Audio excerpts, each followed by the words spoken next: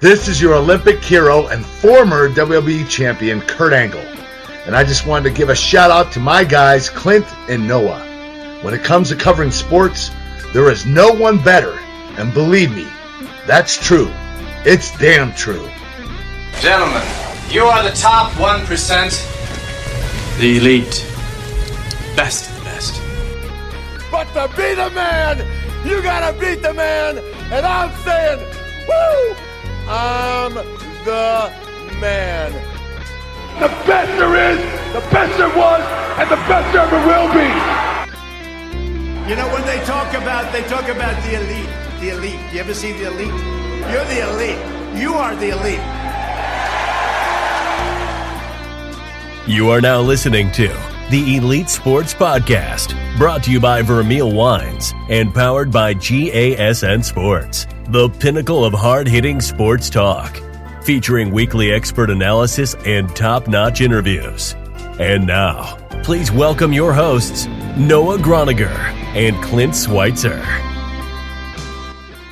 Come one, come all, live before your naked, steaming ears. It is the Elite Sports Podcast, and your money stays and plays with us all summer long because, Noah, I don't ever recall a time in our history, and our history is vast and it is prodigious, that we've been able to unveil so many tremendous interviews on the show, because that's why this show is called The Elite, because we roll out the interviews, and it is no different. This week, we're going to be bringing on actually two former South Carolina Gamecocks, Marcus Lattimore and John Abraham. Of course, John Abraham goes on to have a tremendous NFL career, 13th on the all-time NFL sack list. We'll talk to him about the Hall of Fame. Is that going to be possible someday? We've had Jared Allen on this show, who in fact is 12th, right ahead of John Abraham.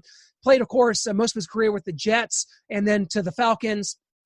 And, of course, Marcus Lattimore, one of the great all-time college running backs, especially as a freshman standing out at South Carolina, playing for the old ball coach, Steve Spurrier. We have a great conversation with him planned. Noah, this is what we do here on The Elite, and it's so great. I'm fired up for these interviews. Thank you so much for joining us, Noah. How are you, my friend? Welcome aboard. Buckle up. Welcome aboard, indeed. I mean, in the past weeks, we've had Wade Phillips, Carl Peterson, Dick Vermeil, and just last week, Joe Theismann and Marcus Dupree. And this week, Big John Abraham, Marcus Lattimore, two former Gamecocks. Parts and portions of these interviews you'll be able to hear in our upcoming SEC football documentary, Saturday Supremacy.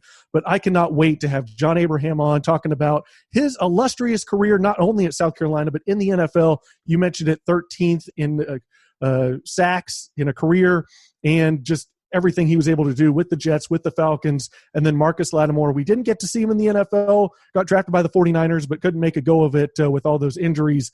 But he's just got so many poignant things to say on all that's going on in the world right now. Some of his best road environments in the SEC, what he thought of his time at South Carolina during his playing days, so much on all of that and more. Let me just say right off the bat here that I teared up a little bit during the interview with Marcus Lattimore that you're going to hear on this podcast, because he talks about exploding onto the scene in 2010 as an all-SEC, all-American performer. They beat Alabama, they beat Georgia, and then he suffers two knee injuries that really set him back, that really caused him from being able to realize what he could have been as a professional player.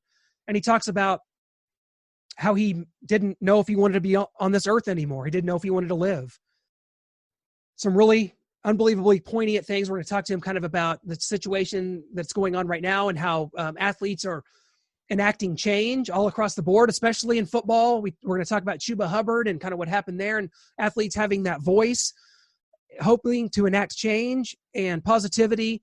I think that maybe that's something that we need right now, and we're perhaps heading in that direction. We're going to ask him. He's got a lot of great things to say, and John Abraham, of course, as well. So we've been reaching out. You know, we're at the final stages, Noah, post-production on our film, Saturday Supremacy. It's about the culture of the SEC. We call it the ultimate SEC football experience, where we've done countless interviews. We went on the road for an entire season, filming at each SEC environment. So being able to kind of quickly get through some interviews now as we're in post-production, get on Zoom. We just got off the road from doing an interview with Tim Brando from Fox Sports last week, and now we're going to kind of finish off what we need via Zoom, and we're going to keep going on the road and doing some more things. But Noah, this film has been a labor of love, and we hope everybody will check it out. SaturdaySupremacy.com. You can check out the trailer.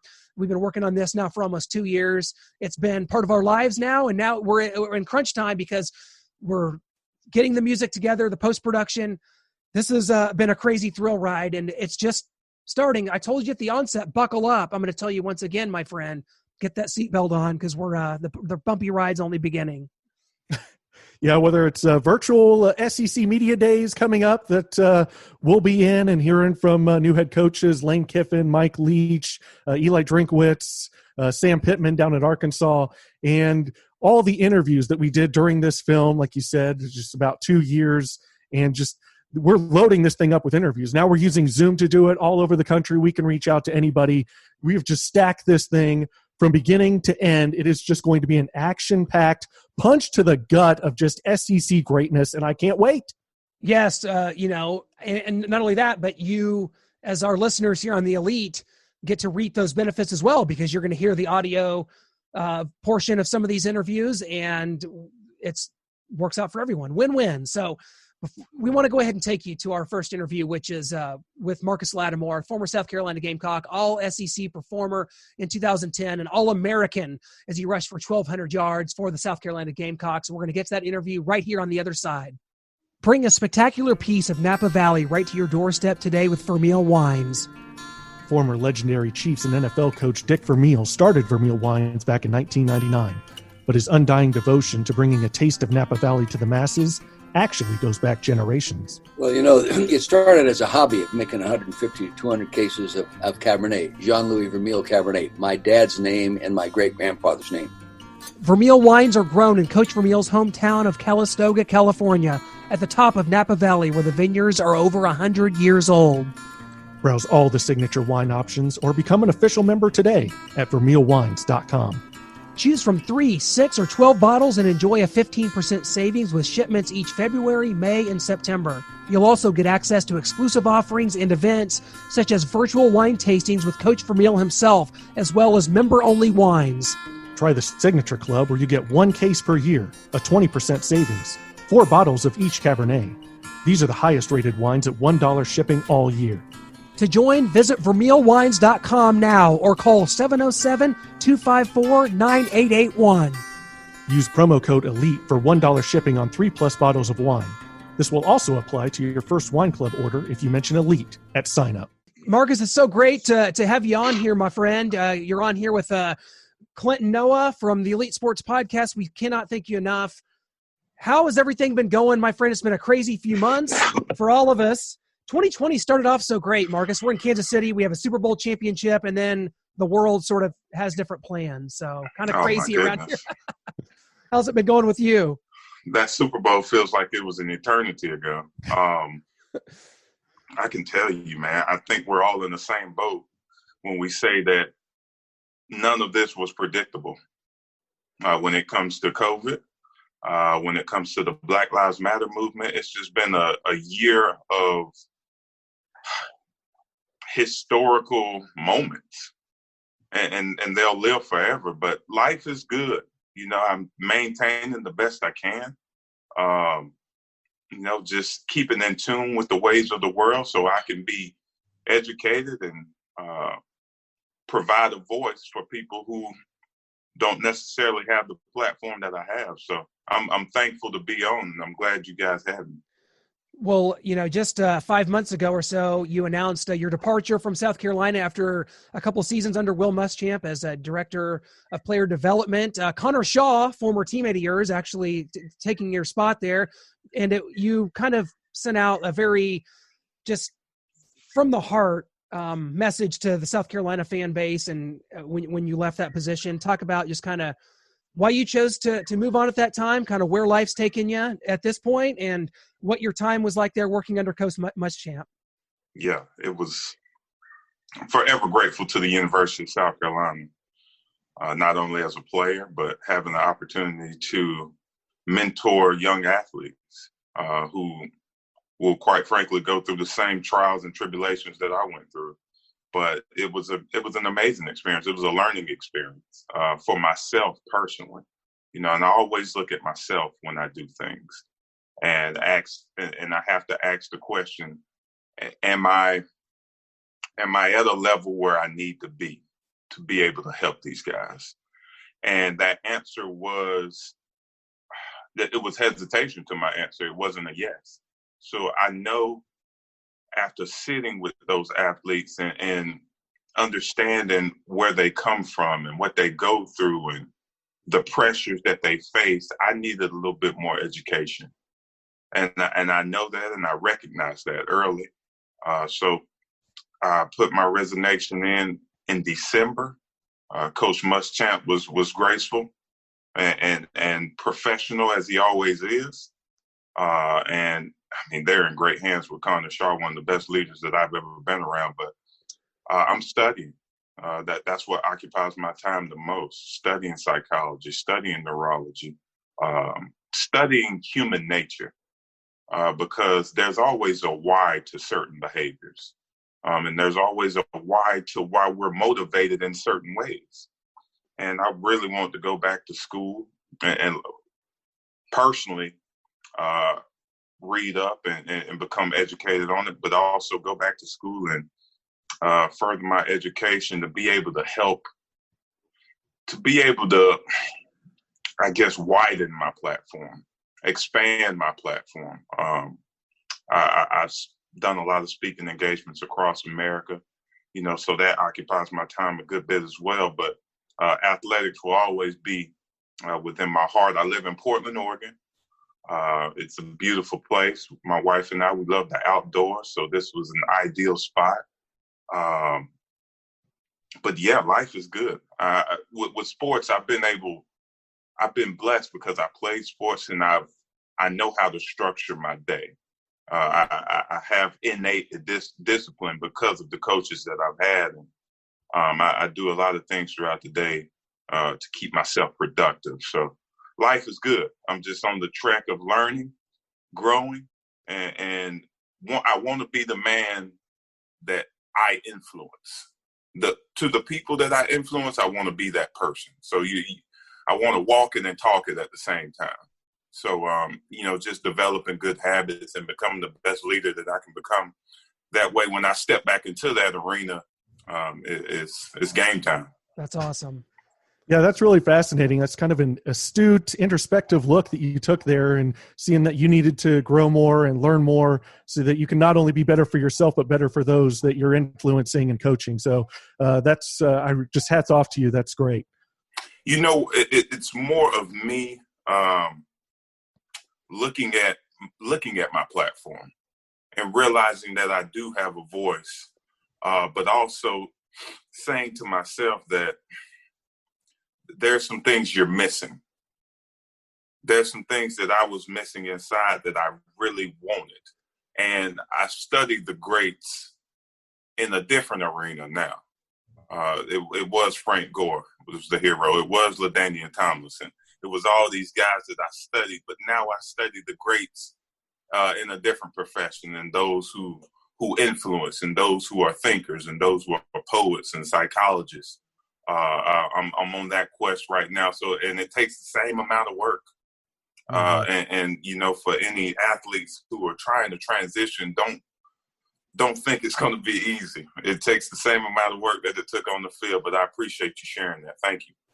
Yeah, absolutely. And as you transition, we transition back to your playing days at South Carolina under the old ball coach, Steve Spurrier. You played with a bunch of great players: Alshon Jeffrey, Melvin Ingram, Stephon Gilmore.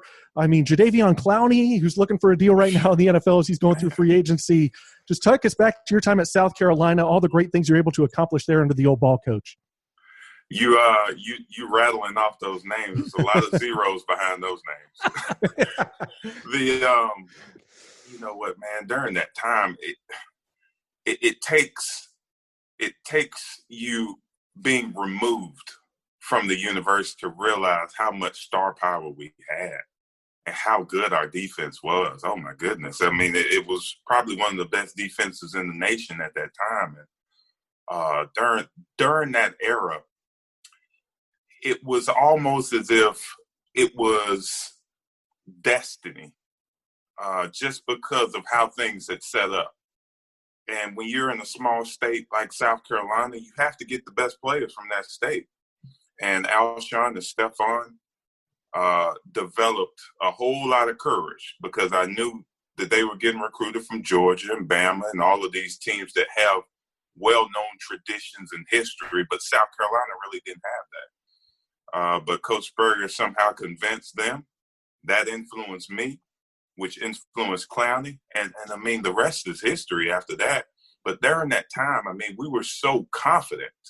That was the difference. We had confidence because I think everybody who follows college football knows Coach Spurrier is he's a very confident man.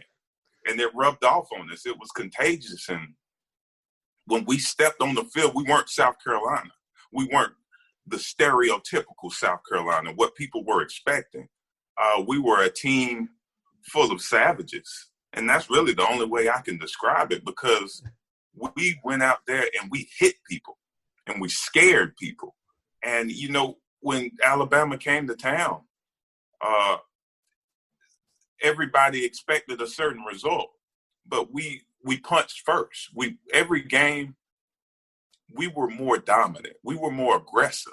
And that's really the only words that I can use to describe 2009 to 2013. It was just a dominant, confident, aggressive group of guys who really wanted to win and put on for their state, because most of our best players, DJ Swearinger, Stephon, all these guys were from South Carolina. So there's a certain amount of pride that you have when you step out on the field and you wear that jersey. Even if you weren't a fan growing up, we developed that tradition, and hopefully we can get back to it.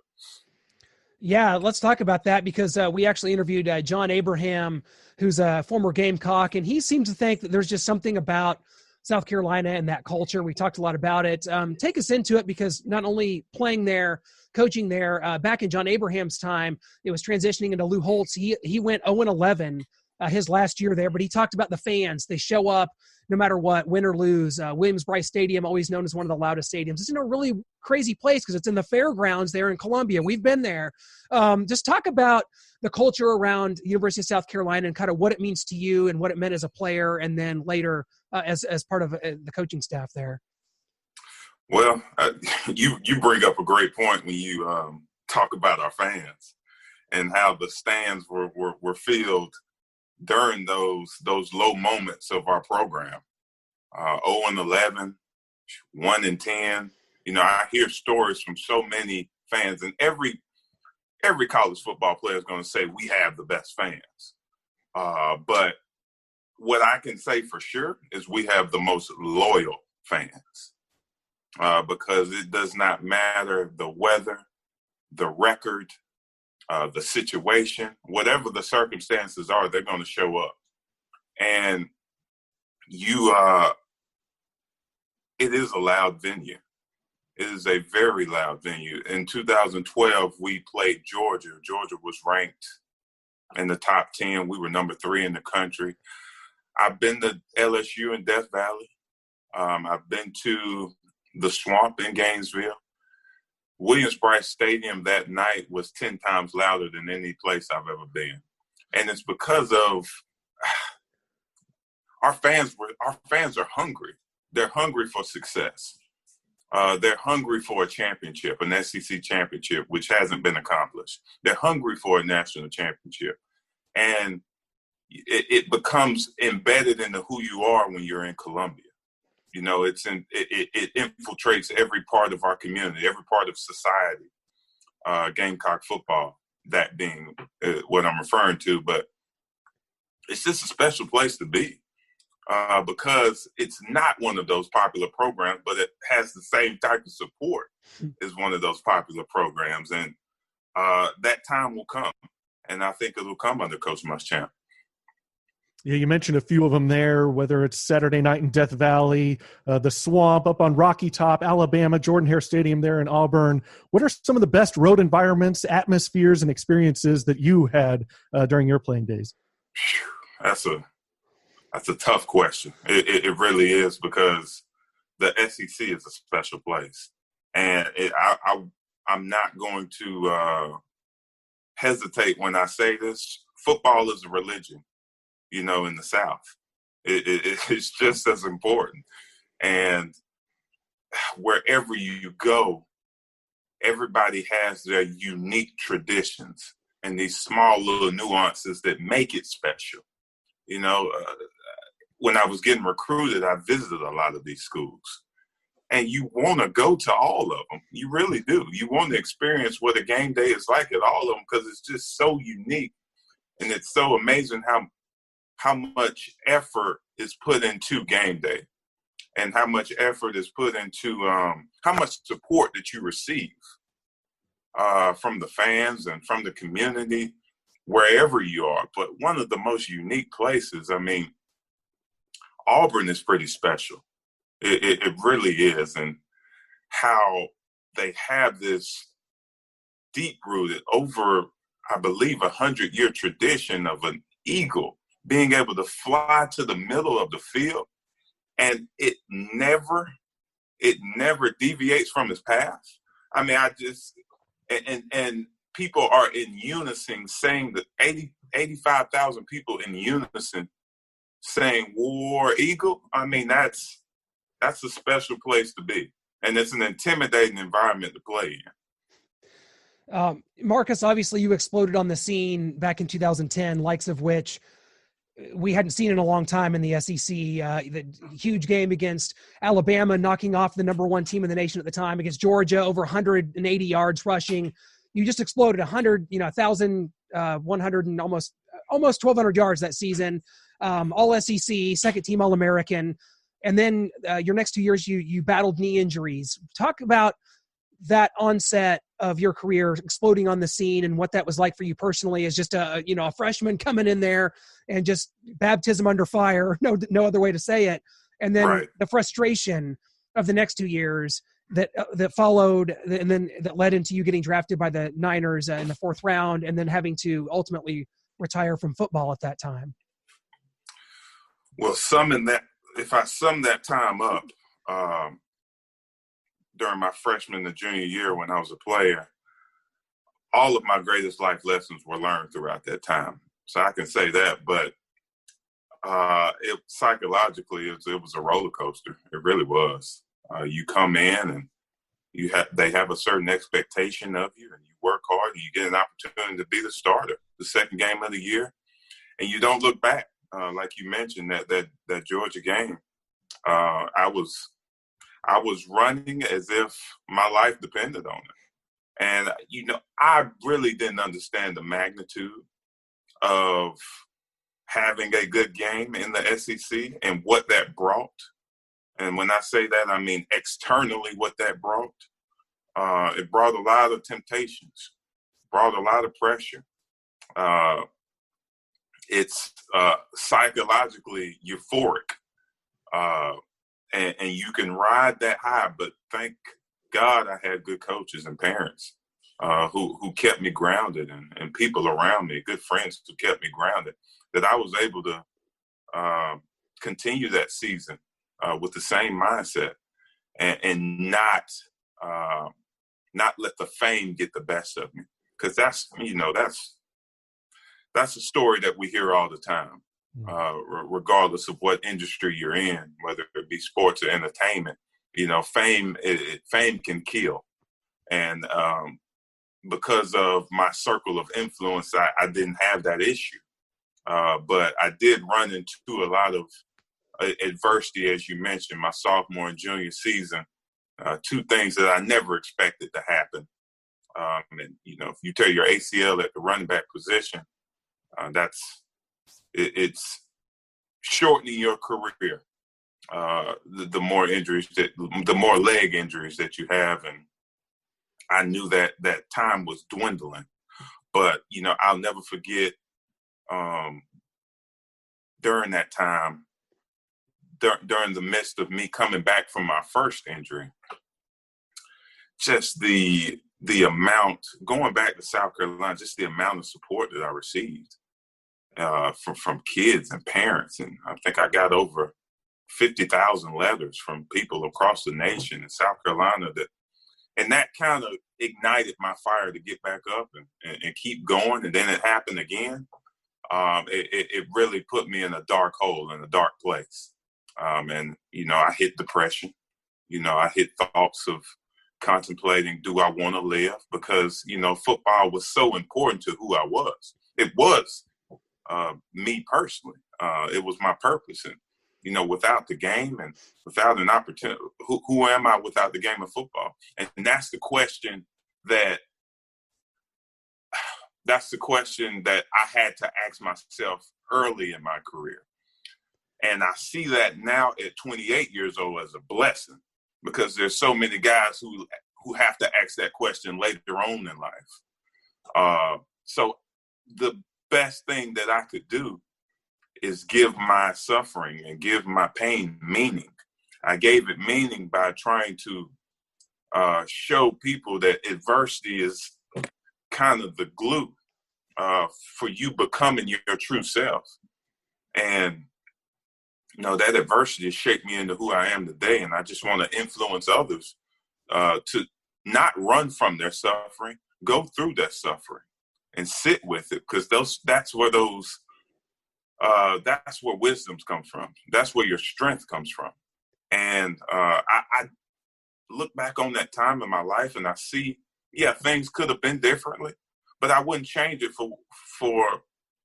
I wouldn't change one thing that happened throughout that time in my life, because I have so many life lessons and I've grown so much. And I think that's more valuable than the amount of money I would have made in the NFL. Powerful and inspiring words there, Marcus. But earlier you talked about how it's kind of religion and football in the South. They're kind of teetering back and forth, but just talk about the importance of football in the South. I mean, there weren't a lot of pro sports in the South back in the day, and there's just this bond, this connection, this love with the game of football and the Southern culture and the people, and they're tied to these universities. And the SEC slogan is, it just means more. Why does it just mean more in the South?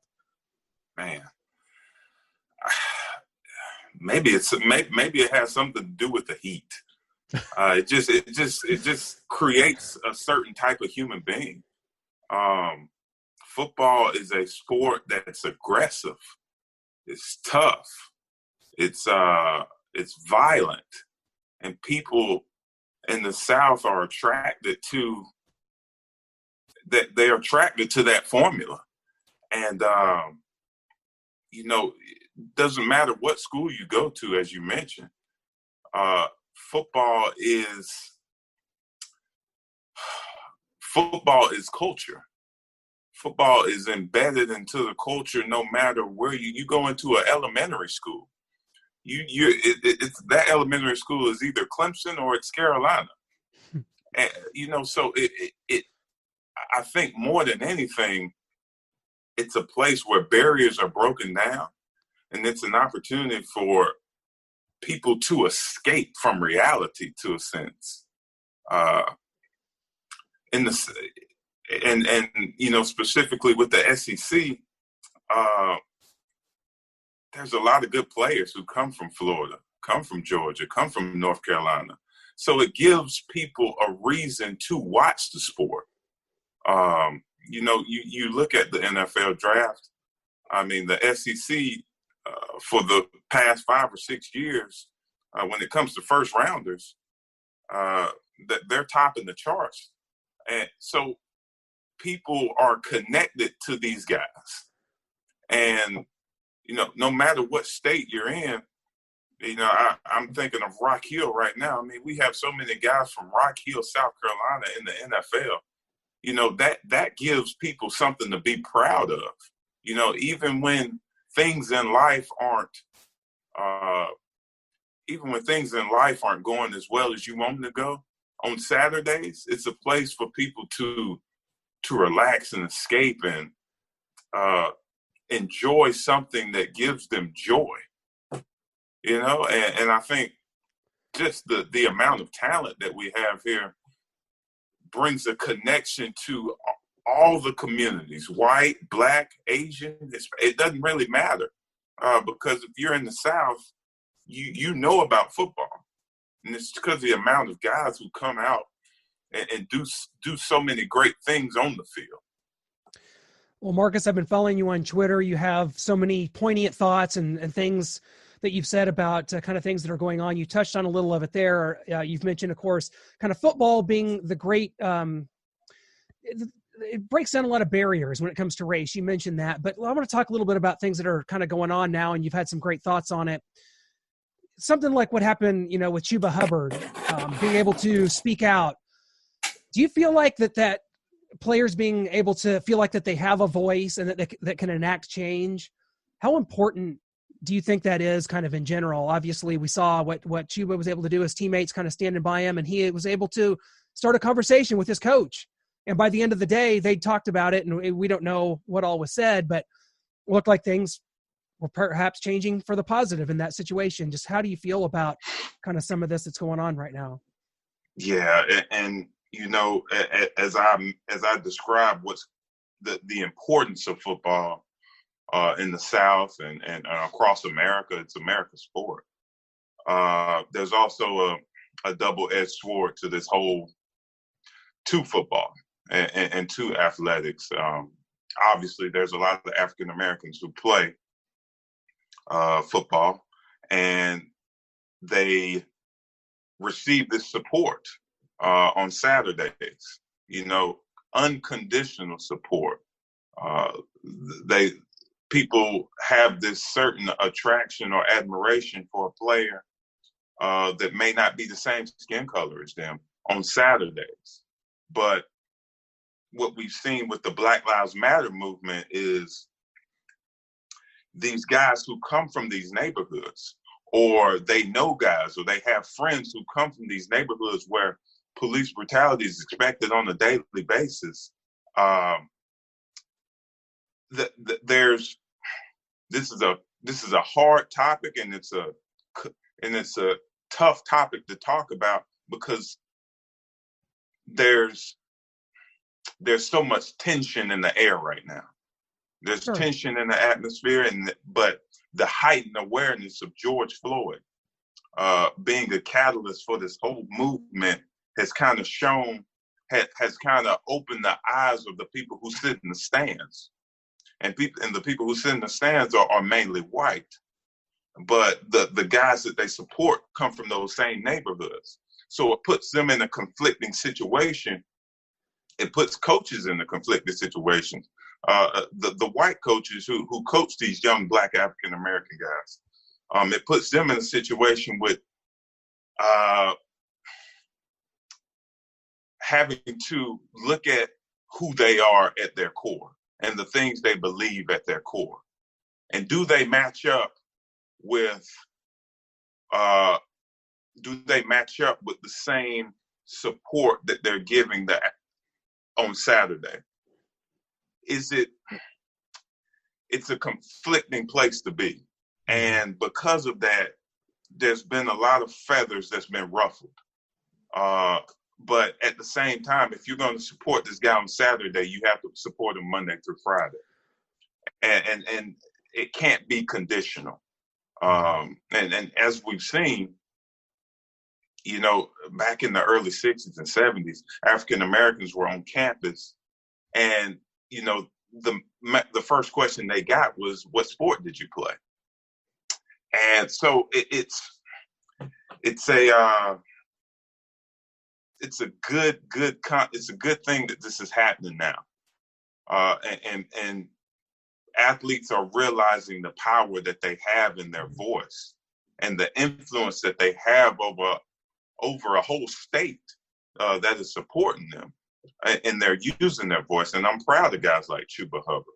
I'm proud of guys like Trevor Lawrence. I'm proud of guys like Jay Urich, who are speaking out on behalf of injustice and unfairness in America. And then we've seen athletes use their voice throughout history. But this one is,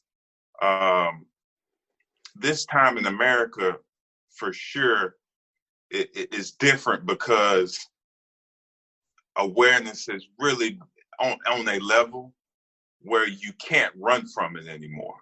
You can't run from if there is embedded racism in the stands, or if it's somewhere, it's being called out, and it's making people look in the mirror. It's making people be self-aware of the notions that they believe. Are these notions, or are these ideals?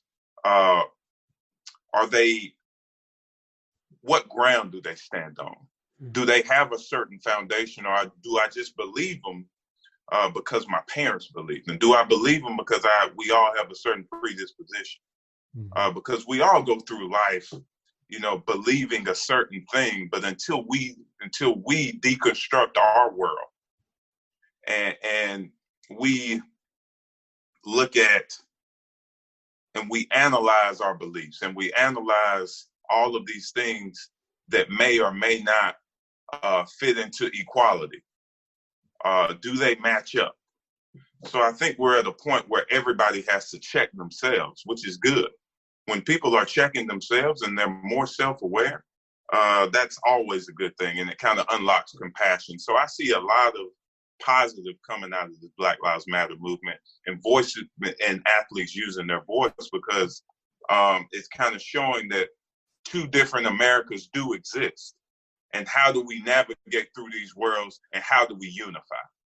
That is so well said. And I that's why I wanted to ask you, because following you on Twitter and seeing some of the things you were saying, and it's so thought provoking. And, I think you're right. Positivity, hopefully, certainly to come out of this. I'll tell you what, Marcus, we cannot thank you enough for lending your time today. You were just a complete joy to watch at South Carolina. And now it's clear that you're on certainly the absolute right path in life and doing all the right things. And can't wait to see where things go from you from here, because it's all good things. And I can't wait to see where it goes, Marcus. We can't thank you enough, my friend. I really appreciate that. I really do. We appreciate the time. It's you'll never know how much it means to us. I'll tell you that. Yeah. It's tremendous. Look forward to staying in touch, and just all good things from here. Let's stay safe and stay healthy, and let's get this football season started, hopefully at the right time here this fall, and we'll try to get back to some level of normalcy if we can. There we go. I'm looking forward to it. You Y'all bet. have a great one. You too. Thank you so much. It's an absolute honor, Marcus. Thank you again. Thank you. That was so very powerful. So glad that we were able to get Marcus Lattimore on this show. Poignant words. I teared up a little bit when he's talking about the injuries, and does he want to live anymore after the frustrations and not being able to play? We got robbed of seeing a great player in the NFL, just like we did with Marcus Dupree, who was our guest last week. Marcus Lattimore is all that's right with former athletes and, a former coach now at South Carolina. And hopefully we see him back on the sidelines with a program at some point soon, because he's just a tremendous person. Cannot thank him enough. Yeah, you mentioned it before we got on. You mentioned it right there, just talking about how he questioned whether he wanted to live anymore. His purpose was only football. All he knew was being a football player. When that was taken away, he questioned, is there anything left? And we are so happy to hear that there is so much more left. There's so much more ahead of him, as he has looked inside, an introspective look inside of himself, and figured out, there's more I want to learn. There's more I want to do. I need to be better, not for myself, but for these players, or whatever aspect in life, avenue I choose to go down, whether it's back into football or somewhere else. He mentioned he's been a speaker and has had speaking engagements around. He just wants to be more well-rounded, and to go back and take that look into yourself and step back from something that you're having success at South Carolina, a place that you played at and you have a love for, to take a step back from that and go into a different avenue and to make yourself a more well-rounded individual. Just my hat's off to him. Complete props to him for that. Well, I'll tell you what, on this show, we try to cover many bases. We cover a lot of the Kansas City Chiefs because we live here in Kansas City. We cover the SEC. We cover Mizzou. We try to cover college basketball when it's being played, and there are March Madnesses. We do whatever we can here. We've been to, Las Vegas for Pacquiao fights. We try to cover anything we can on our website, GASN Sports, and through this show. But Noah, one thing is, when we started this, the journey into the SEC has been something that's been jaw-dropping. It has been gratifying beyond words, because we've now made 2 SEC documentaries. We've been to SEC Media Days. We are now credentialed members of the SEC Media. We cover Mizzou on site. Just when you look through the last 5 years, really, when our journey with the SEC kind of started, what's this kind of meant to you, delving into this conference, a conference that growing up here in Missouri, you look at from afar, you see these colors, the colorful Tennessee games and Auburn and the pom-poms flying. You see the players, Peyton Manning, Reggie White, Herschel Walker, Bo Jackson. But here in Missouri, that was Big 8, Big 12 country, to think that those two things merged and here we are, that's truly unbelievable. And I'm so glad to be a part of it. Yeah, I mean, you talked about it, Big 8, Big 12 country, and looking at it from the outside. And now that Mizzou and Texas A&M have moved over to the SEC, and we're just right there in the thralls of it. When we were in Big 8, Big 12 country, you just think of it as it's just another conference. There's the Big 10, the Pac-12. We were in Big 12 country. That's just what it is. ACC, Big East. It's just another conference. It's not. Their slogan, it just means more. It does. And we've learned it from David Hughes, our good friend in Georgia. And he's the one that kind of let us in and taught us that there weren't a lot of pro sports. You heard me ask that question to Marcus Lattimore in our interview. There weren't a lot of pro sports back in the South back in the day. And so there is this bond. There is this love, this connection that's stronger than any other conference has. And it's there in the Southeastern Conference. It's in the South with those programs, those universities, those schools. And it's unlike anything else. And Marcus Lattimore even talked about it in our interview. It's religion and football right there, neck and neck. And he doesn't say that facetiously. He means it. And that is just something that no other conference can talk about, can boast about. And just the stadiums, the sheer power of where college football is, the power conference and the power teams. You look at the SEC. You're so right. And we want to keep things rolling here with our next guest, another former South Carolina Gamecock. Actually went winless during his final season at South Carolina, only to see Lou Holtz start to turn the program around, and then Steve Spurrier to get it to kind of the next level. Had a tremendous career in the NFL, 13th on the all-time NFL sack list. We want to welcome our good friend of the show, Mr. John Abraham. What's up? How you doing, John? Thanks for hopping on today. What's up, man? Nothing much. In Columbia right now. Perfect place for you to be. We're actually finishing up work on an SEC football documentary, and we've been in Columbia as well here in the last year. So glad you got your Gamecock shirt on. Perfect for this, because I want to actually go back to that, because as I'm looking at your career, and you experienced a coaching change at South Carolina, and Lou Holtz comes in. You guys are winless your last year there, and then they go on to go 8-4 the next year. Just kind of talk about that, kind of how you guys kind of built the foundation, but how hard was that kind of experiencing all the losing at Carolina? We had great players and we had great people there also. My thing was, it was just Lou coming in and pretty much cleaning the house and bringing in some better, not necessarily people, just bringing in more people ready to win. And he did a great job doing that. I think we had winning caliber people that year, but it was just such a big transition. And looking back, we had like one of the hardest schedule in the SEC and in pretty much in the country, that league. We were like number 4 overall from the people we faced. But when Lou got there, he showed people it wasn't all literally about playing football. It was more a mentality of wanting to win, and the guys came in ready. Like I said, when I first met Lou is the kind of guy who will tell you straight up like how he feels and what's going on. So I think the winning thing came from more mentality than anything, because a lot of the games that, even though we lost all those games, you watched the games, we were in most of the games, but some people were just a little more, I guess, they had a little more experience being in that winning system, like Tennessee, Florida, Georgia. Those guys were used to winning. We had a lot of guys that were, you see a lot of our teams, most of them guys, a lot of them guys went to the NFL, ended up being in NFL teams. Absolutely. And just talk about South Carolina as a place and kind of what it means to you, because obviously you're there right now. The fan base is tremendous, win or lose. That was a kind of a rough time there in the 90s. And the fans show up. Williams-Brice Stadium, 80,000 people, win or lose. Just kind of talk about that fan base and what it's like playing there. And, you got the cockatoos, you've got the just so many traditions and wonderful things about it. My big thing about South Carolina is, like you said, my big thing was that everybody loved, like you said, win or lose, they were there. I'm just walking out so you can hear a little better. No problem. I'm like Yeah. Thank you. Appreciate it. Yeah, we went 6-5. That was my only year beating Clemson. Then next year went 5-6. Then we went 1-10. Then went 0-11. So I had a tough 4 years. But one thing I can say, every game we always had people at the game.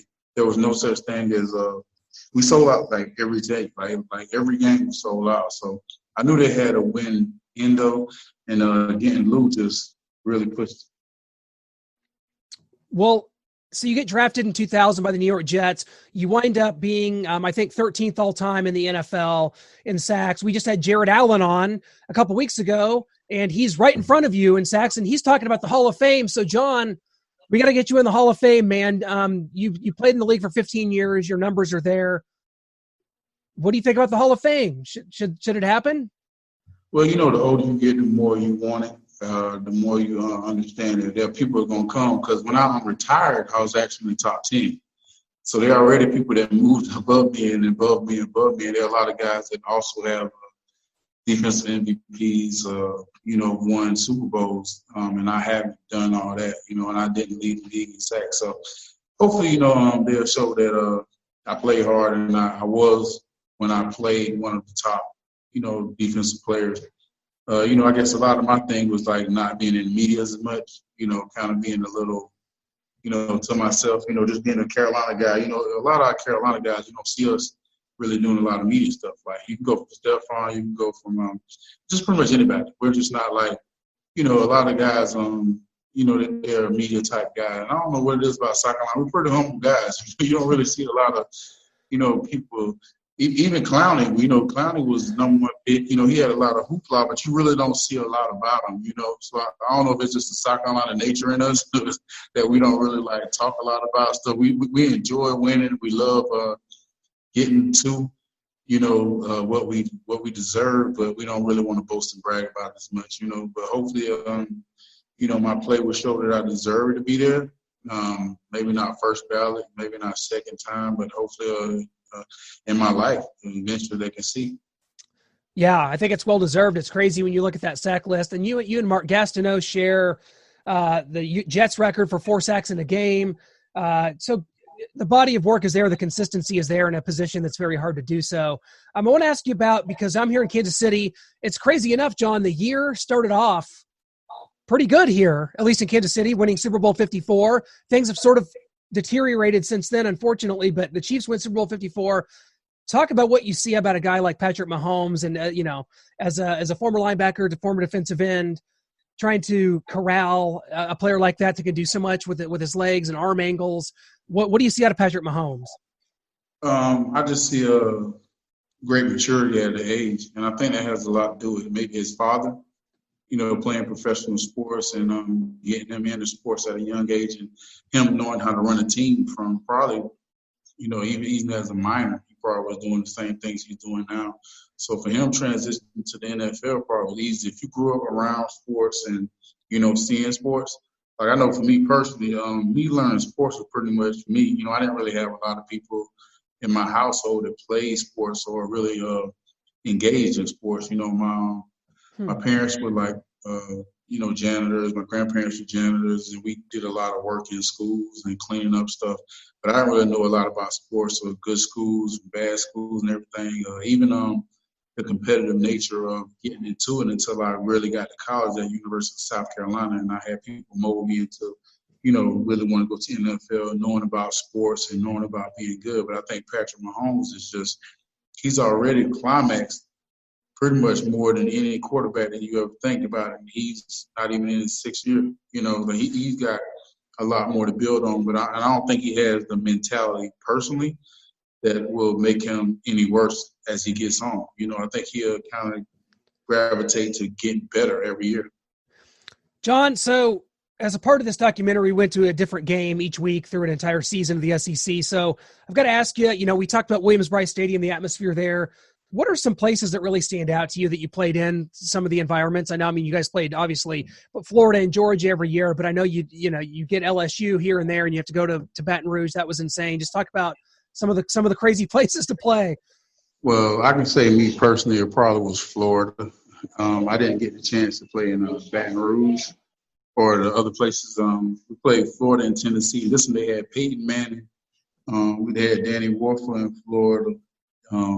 Well, Tennessee had everybody. Now that I think about it, Tennessee had Jamal Lewis. They had Sean Ellis. They had Raynoch Thomas. They had they hold pretty much. I can't describe like how many NFL players they had on that team. Peerless Price.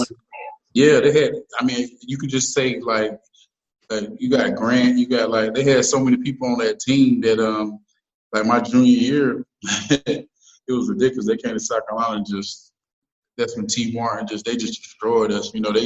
And my senior year, like they was just the teams I played from. Florida had great guys like Curtis, Fred Taylor, Warford, and a lot of receivers too, but not guys that made it to the NFL and really stuck like that. So me going in there, just going in their stadiums was amazing. And I think Florida probably was the scariest. They still had a Spurrier there.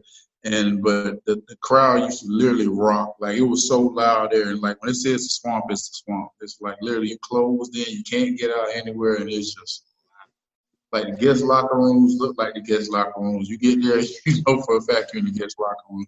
But it was a kind of situation that, you figure out if you want to be good or not going against the guys I went against, So it helped me personally.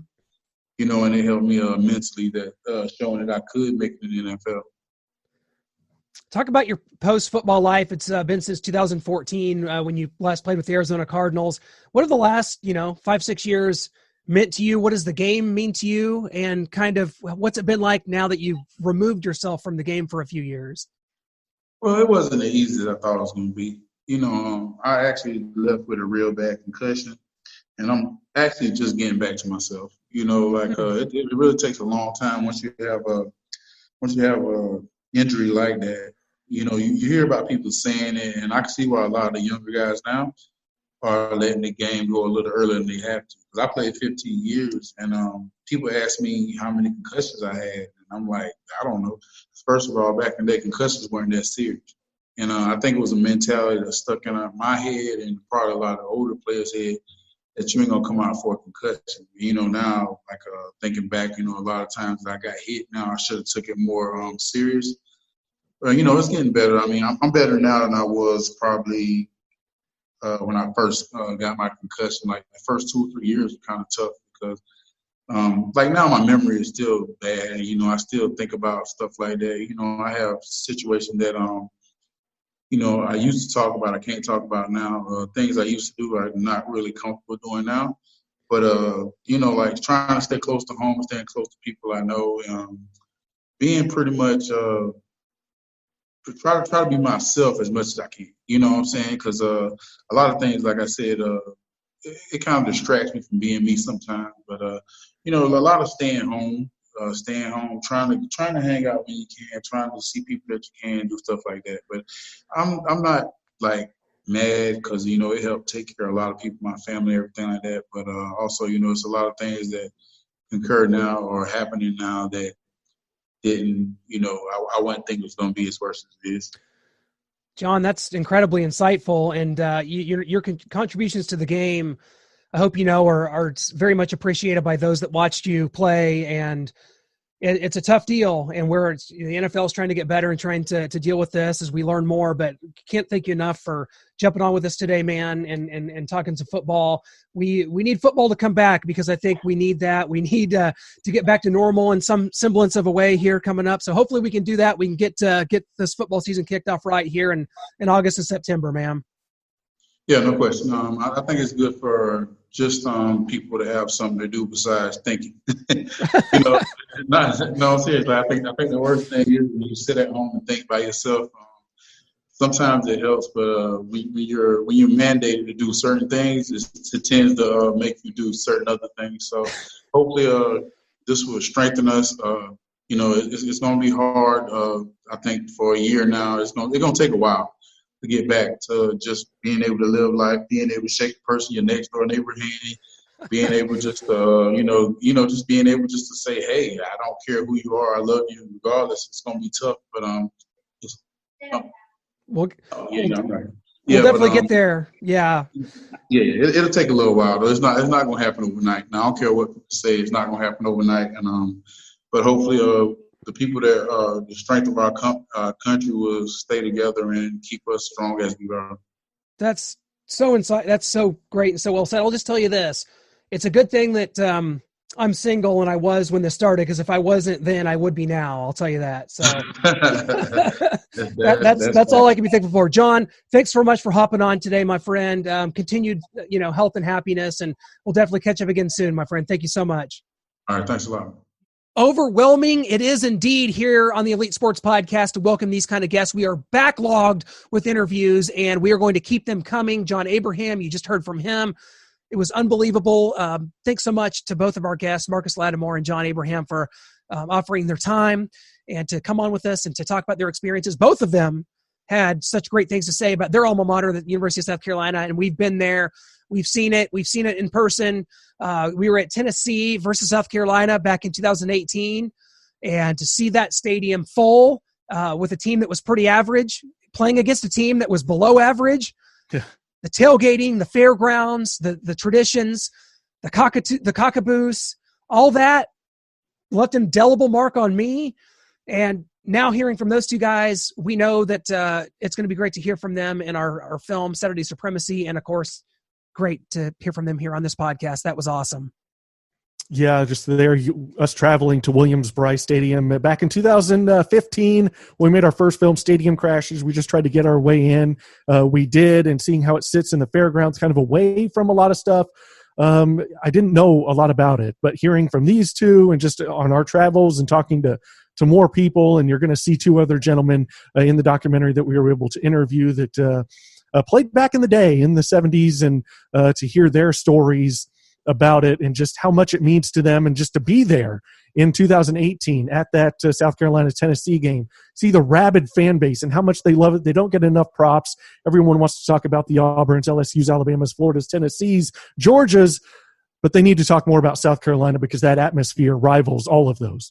Well, we are going to keep things rolling here on the Elite Sports Podcast. Lots of interviews coming up. We've got interviews with Dwayne Bowe, former Kansas City Chief, former LSU Tiger, Dexter McCluster, another former Chief, Ole Miss Rebel, Ike Taylor, former NFL Network analyst. We have got so many interviews just sitting there ready to be unveiled. That's why your money needs to continue to stay and play with us. Hit that subscribe button on Apple Podcasts, Google Play, Stitcher, or Spotify. We are finalizing our plans right now for SEC Media Days, which will be virtual, so we're going to be bringing you that. So much content coming up right here. We hope you will keep it with us. Our website, gasnsports.com. That is the Great American Sports Network, the umbrella to which everything we do falls under. Our podcasts, our interviews, our articles, everything is archived right there at gasnsports.com. So thank you so much for being a part of the Elite Sports Podcast. Once again, we will be back next week, keeping the interviews rolling all summer long.